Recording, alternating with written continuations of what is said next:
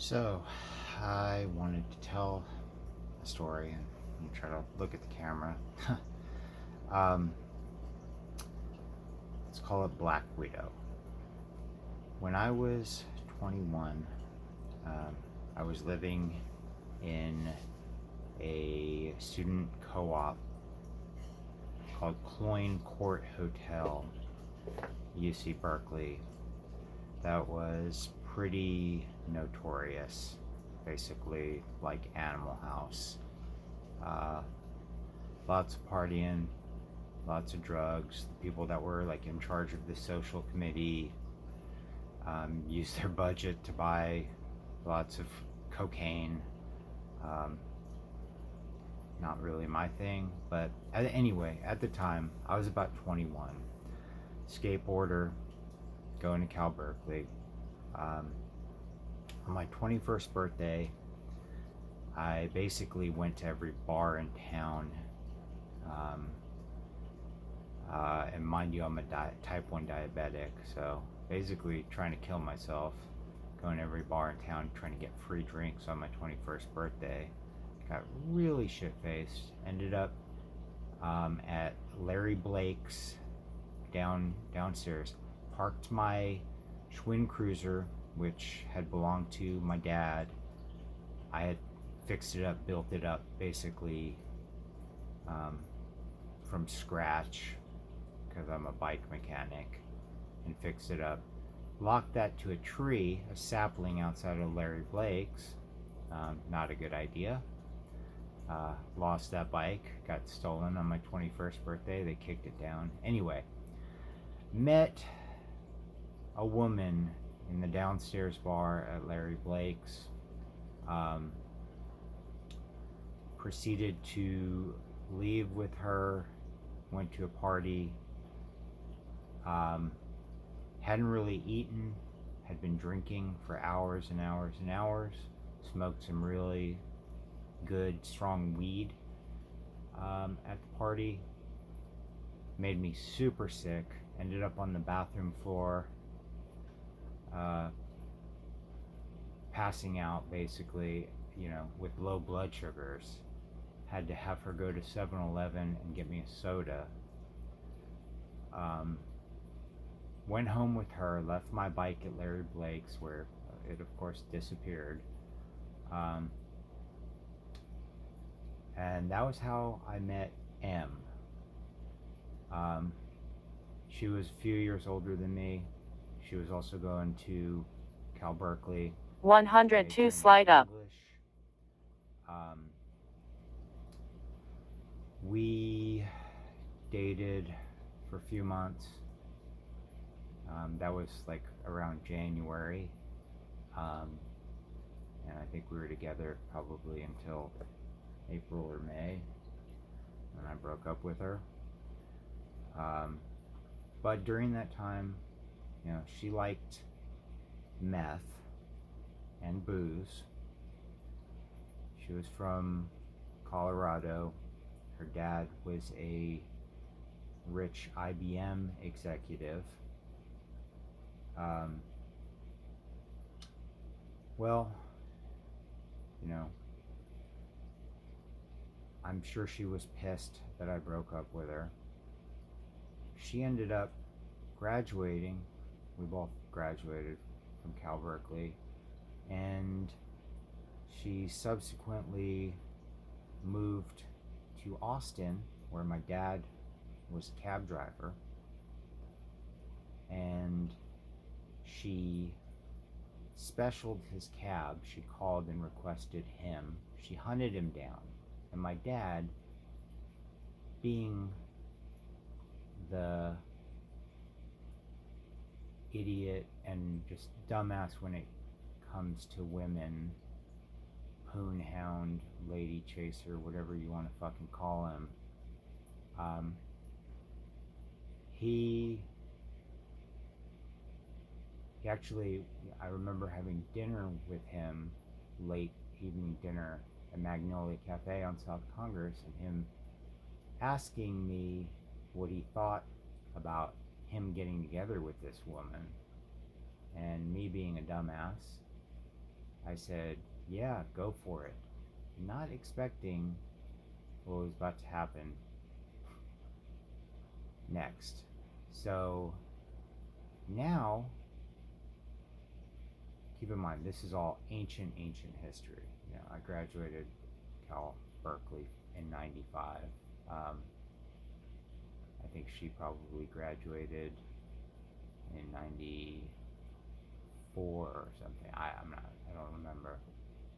But, or maybe we both graduated at the same time.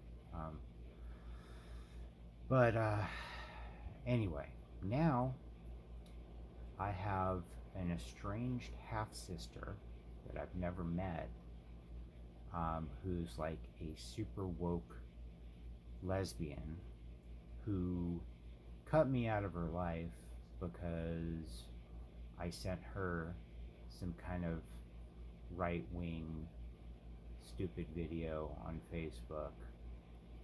And keep in mind, when it comes to men and women and gays and straights, I really don't give a fuck. I think men and women and gays and straights are all equally fucked, okay? Um,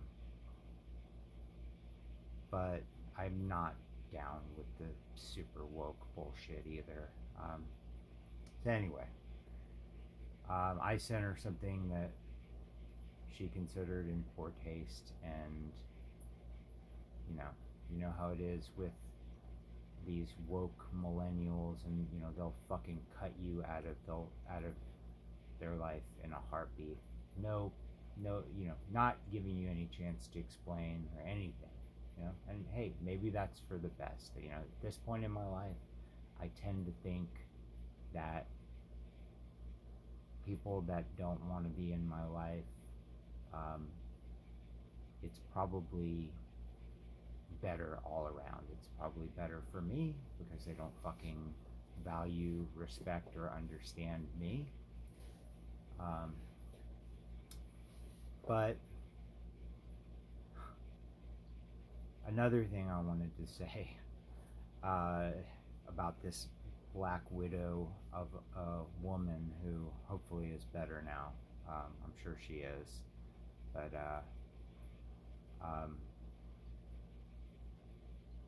around the time that I was 21, with the drinking and the smoking weed and the meth with her, that was, all her fucking thing that I did with her. I got really 110 sick. slide I up. almost died. I went in the hot tub at Cloyne, which was kind of disgusting, and I was smoking cigarettes, and I got pneumonia, and I'll never forget. I was basically on death's door, and I was at this woman's apartment, and I was like, take me to the hospital. And I basically had to force her. I don't know if she was afraid to go to the hospital because she thought she was going to get in trouble for drugs, or if she just wanted to fucking murder me. I don't know. But I just remember that I, in my pneumonia-riddled state, had to be the one to force her to take me to the hospital. And I was in the hospital for about a week and lost probably 30 pounds or something. I was like emaciated when I got out of there. It was odd. So I don't know what, like I said, was it that she deep down hated men and wanted to kill me? Was it fucking just a weird drug paranoia thing? I don't fucking know. But bottom line, that woman was not good for me and my family. Lost my bike. My dad had a kid with her, and that, was really bad for him. After that happened, after she had a child with him, she moved back to Colorado to be closer to her parents. And keep in mind, my dad was still paying child support, probably, for my younger two brothers.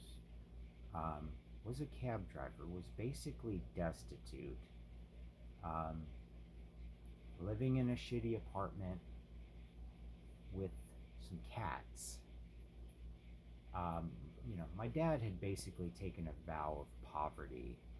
He was raised Catholic, and he had kind of been brainwashed with all that, you know, shit about poverty being noble and shit like that, which, okay, maybe it is to a certain extent, but anyway.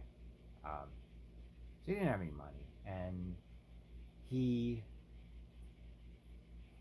I was still in Berkeley at the time, and he went to Colorado to try to make it work with this lady who expected him to basically just turn over a new leaf and somehow turn into Jerry Seinfeld and be an overnight success at age 48 or however old he was at the time.